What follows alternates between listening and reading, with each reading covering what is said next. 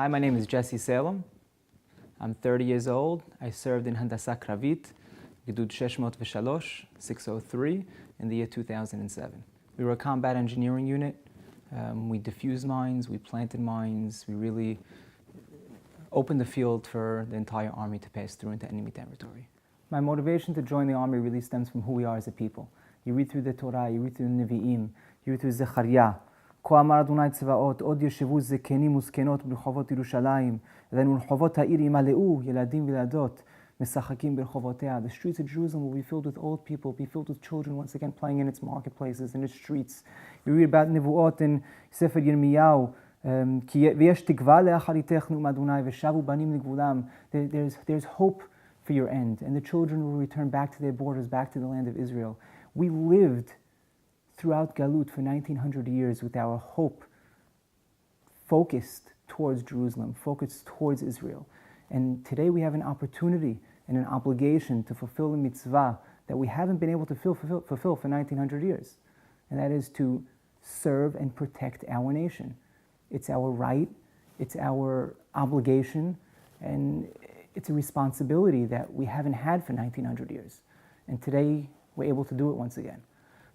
And I remember in 12th grade, going on a trip, heritage, to Poland, and we went to visit a few concentration camps. And one of them we visited was Majdanek, and it was pretty much intact. And you walked into the actual gas chamber and you saw residue, blue residue of Cyclone B gas on the walls with nails, scratches into the walls where Jews took their last breath gasping for air. And I looked around and said, Jewish blood was cheap. They couldn't fight for themselves. And that's really when I made my decision and said, this is going to be my responsibility as an individual to really put my life on the line. Because the truth is, there are things in life that are worth living for, and there are things in life that are worth dying for. And serving in the IDF encompassed both. So even when in Israel, and being part of a much larger community, I miss the intimacy of the Syrian community. And knowing that everyone knows who I am and I know who everyone is or a family member, and it brought together that a sense of family I sort of maybe missed when I was there in Israel. But it was rewarding to see that so many others over there took me in as part of their family and become part of a much larger family. One of the scariest moments I had personally was literally my last day serving in the army. It was a Shabbat, and in serving the country and serving the nation, according to halakha, you're allowed to, I wouldn't say violate Shabbat, this is the way of keeping the Shabbat, is really protecting and getting in a car and driving along the Lebanon border. And my friends and I, we got into a car, we took our guns, loaded, got into the car, actually took some grape juice, wine with us to make kiddush on the way, and we were doing a patrol along the border. And it was about 10 o'clock in the morning. We had already stopped off, we made kiddush, we all prayed, it took a few minutes, got back in the car, and we were driving along the Lebanon border, and we got a call from someone who was looking at the cameras, and they really, security fence went off. It felt some type of vibration. And we got a call, jet over to, this point, X, Y, and Z over, by the fence. And we started jetting over there. We were 3 cars, 3 literally bulletproof Hummers. We were the last one of the 3, and you travel with a certain amount of distance between the 3 of you. And as we were going, we were taking a turn. Our driver took a turn a little too fast, and we went skidding off the side of the road, off a cliff/ditch, fell about 6 to 8 feet. Our Hummer flipped upside down, 180 degrees. Wasn't wearing a helmet. Our door popped open on the spin, and I didn't know what hit me. Literally, my life flashed in front of my eyes, and I opened my eyes to hearing my commander scream in Hebrew. המנוע מעשן, הסולר נוזל, זה הולך להתפוצץ, תרוצו, זה הולך להתפוצץ. Basically screaming, The gas tank popped open. He was drenched in oil and gas, and smoke was coming out of the engine, and he started screaming, "It's going to explode. Run, it's going to explode." So being that my door popped open on the flip, I jumped out.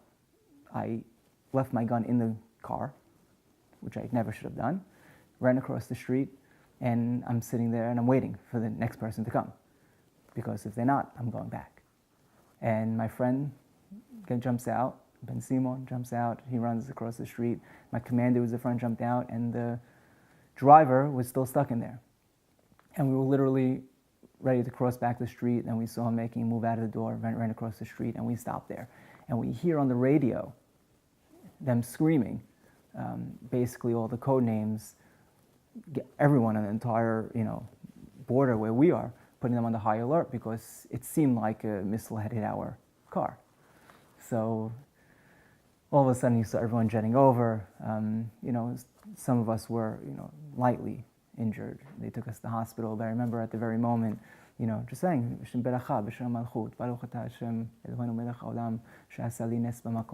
because my life was saved at that moment.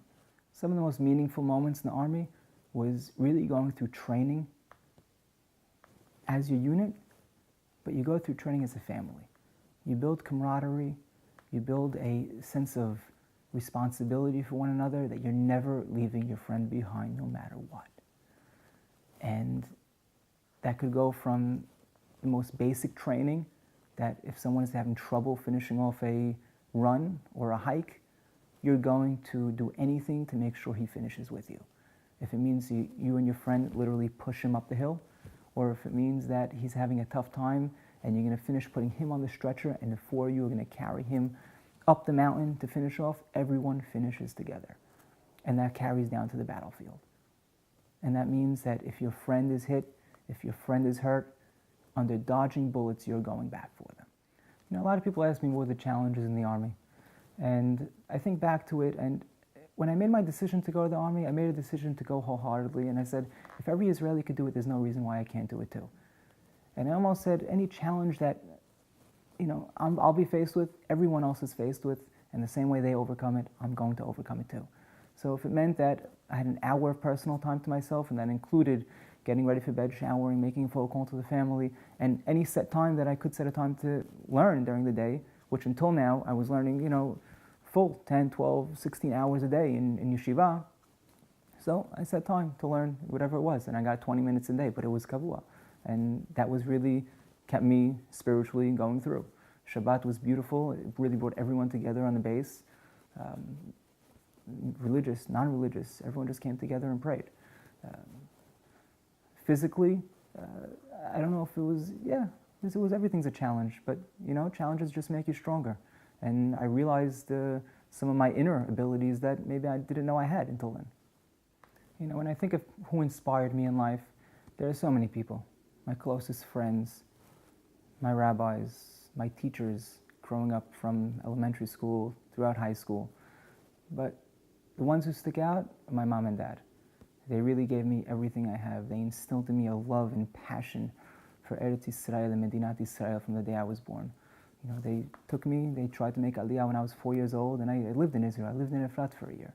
And that set such a mark on me growing up.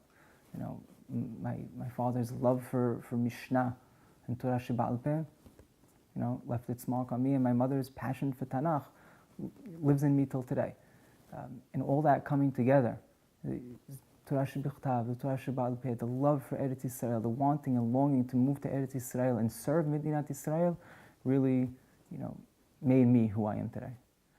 I just say that serving in the IDF was one of the most meaningful experiences in my life.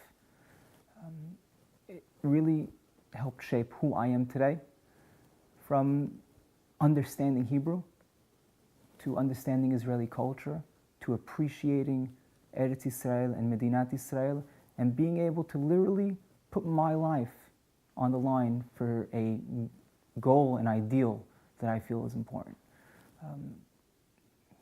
People ask me, would you recommend it? I do recommend it. I think it's the greatest thing. It helps me today study better because I understand the language in its original form, and it helps me appreciate life and appreciate our nationality.